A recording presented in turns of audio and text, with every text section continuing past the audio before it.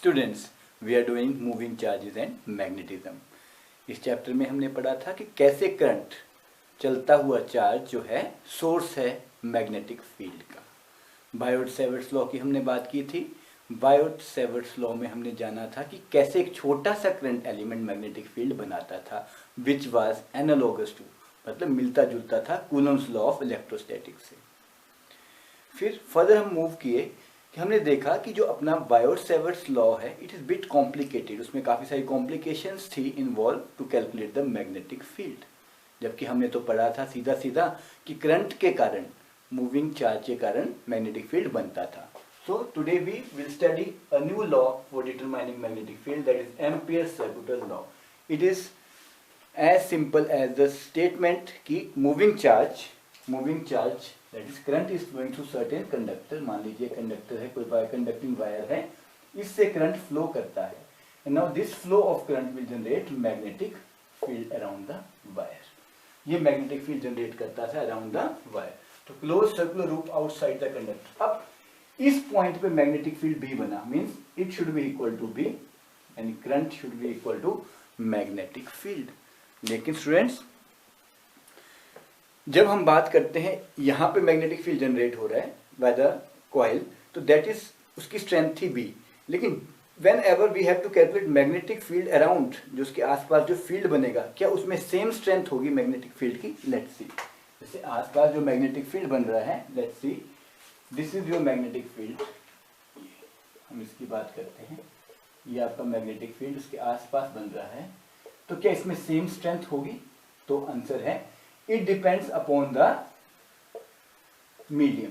अब यहाँ पे हम मीडियम में क्या लेंगे? मीडियम अगर एयर है तो will take permeability of free space को हम इसमें जानेंगे।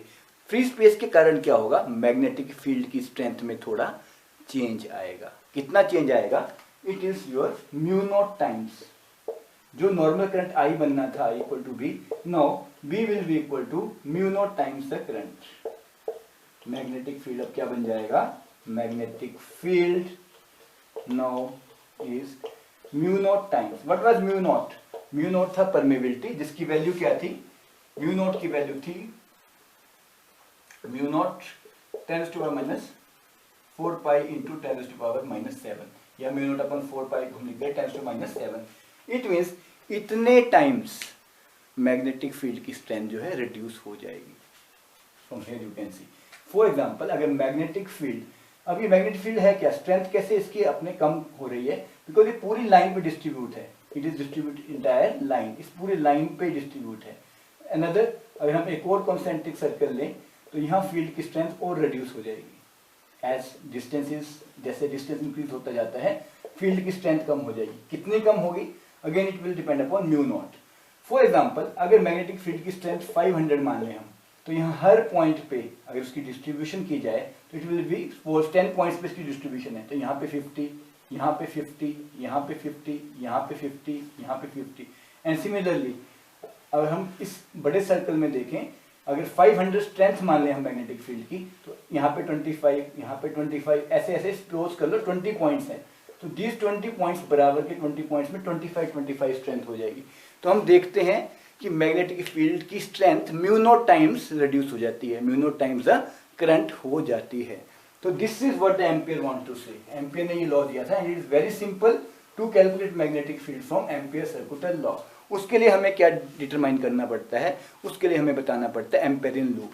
एंड ये जो आपकी फॉर्मेशन बन रही है करंट के कारण, this formation of field, this type of concentric circle, these are called your Amperian loops, इन्हें बोला जाता है एम्पेरियन लूप। आप लोगों को याद होगा गॉस लॉ इन इलेक्ट्रोस्टैटिक, उसमें भी हम क्या करते थे? गॉस लॉ में first we decide the Gaussian surface, वैसे यहाँ पे एम्पेरियन लूप डिसाइड करते हैं। गॉसियन सरफेस सरफेस एलिमेंट के ऊपर होता था, ये पूरी लेंथ के ऊपर है। तो students, will now give a statement, इसको पढ़ के हमें अब बताना है कि कितने टाइम्स, कैसे एम्पेयर ने कहा था कि closed magnetic field, closed loop magnetic field inside a closed conductor, closed loop of length dl is mu naught times the current flowing through that conductor. Let's now write its definition. So statement of Ampere's circular law. Ampere's second law states that the closed line integral of magnetic field, this is closed line integral of magnetic field around a current carrying conductor, this is your current carrying conductor from where the current is flowing, is equal to absolute permeability, that is mu naught times the current threading the conductor. Threading means, students हमने बात की थी अभी कि अगर किसी conductor के यहाँ हमने ऐसे कहा था कि मैग्नेटिक फील्ड इस पॉइंट पे मैक्सिमम था, यहाँ पे वो म्यू नॉट टाइम रिड्यूस होता जाता था as we increase the number of closed loops. तो threading means what, that each point length wise, हर लेंथ, इतनी बड़ी लेंथ में they are small D L D L D L. तो D L that is length wise what happened, the total current threading the conductor, absolute permeability times the total current threading the conductor means her point पे, जैसे threading में आपने देखा है हर point पे बनता है, जब whenever this threading word is used तो हर पॉइंट पे बोल रहा है वो. this threading is for point things, there is a small element dl जहां से करंट फ्लो कर रहा है. तो लेंथ के हिसाब से as the current is flowing along the length at every point where it is flowing around a closed loop, तो current becomes mu naught times that current. तो टोटल फील्ड पे इफेक्ट किसका पड़ रहा है? असली में तो एम्पियर लॉ क्या बोलता है? एम्पियर लॉ बोलता है कि जितना करंट बनता है उतना ही होना चाहिए मैग्नेटिक फील्ड. मान लीजिए कंडक्टर है तो जितना आई करंट फ्लो कर रहा है उतना ही फील्ड होना चाहिए. लेकिन होता है कि whenever we deal with the free space तो परमेबिलिटी का फैक्टर काउंट करता है, that is it reduces mu naught times. आपसे मैंने बात की थी अभी कि 10⁻⁻7 वैल्यू होती है. What is the value of mu naught upon 4 pi? 10⁻⁻7. So what is mu not? That is 4 pi into 10⁻⁻7 times वो करंट रिड्यूस हो जाता है, यानी फील्ड की स्ट्रेंथ कम हो जाती है. Now see how to conclude it mathematically. We write B into D L mu naught I. इसको याद रखने का तरीका students very simple. Let me write it like that, mu naught into I. Now, Ampere's second law, right from statement you can get it. Closed line integral, this is closed line integral. Around a current carrying conductor, this is your current carrying conductor, is mu naught times the total current. Now, how to get this expression? Basically, let's see.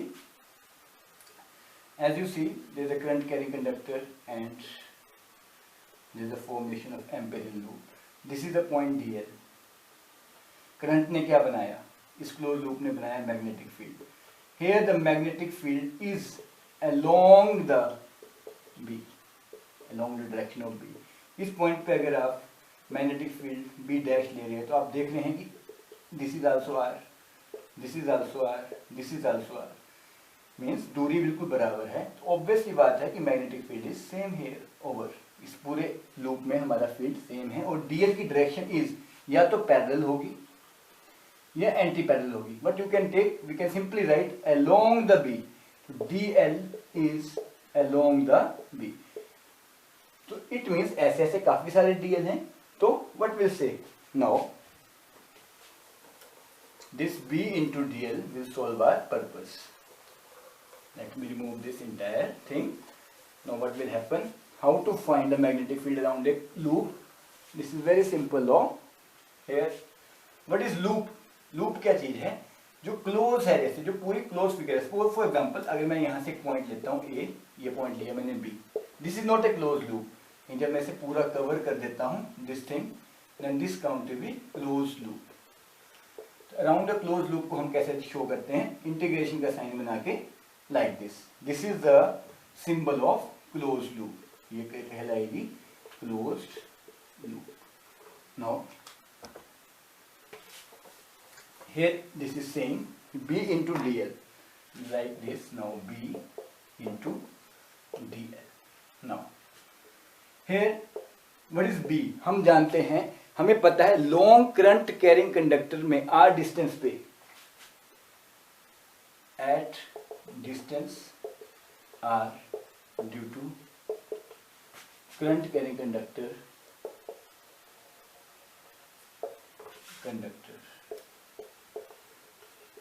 the magnetic field is given by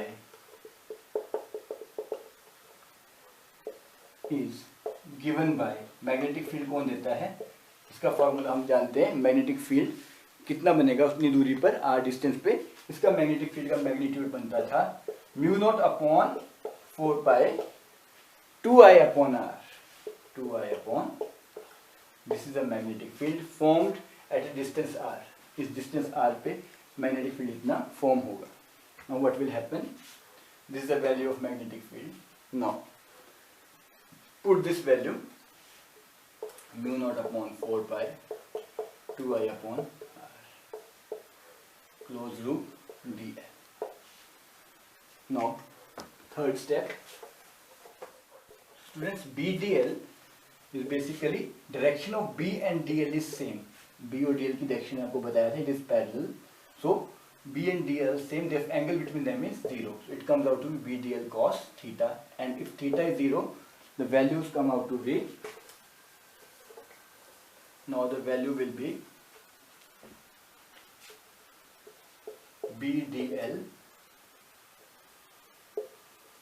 cos 0 will be 1 only, it comes out to be BDL only. Now if we put the value of B, that is your mu naught upon 4 pi 2i upon r integration of dl. So this is circumference of the circle, it comes out to be mu naught upon 4 pi 2i upon r into 2 pi. You know, it gets cancelled, r get cancelled with r, it comes out to be mu naught I, which is your Ampere circuital law. It states V to D is equal to mu naught into I. So students, the most important thing is that Ampere circuital law is a simple way of doing the or knowing the strength of magnetic field. Biot-Savart's law में bit complications थी, ये simple सा है, जितना current उतना magnetic field जो हम मानते थे, लेकिन यहाँ पे हमने एक फैक्टर लिया म्यू नॉट टाइम्स. अब हम जितनी भी एप्लीकेशंस करेंगे एम्पियर सर्कुलर लॉ की, उसमें आपको ध्यान रखना है, first step is always to consider the amperian loop and then to find the total current in that loop. तो फर्स्ट स्टेप में बी इंटू डी एल निकालेंगे, एम्पियरियन लूप स्पेसिफाई करेंगे. सेकेंड स्टेप में डी एल की value specify करेंगे.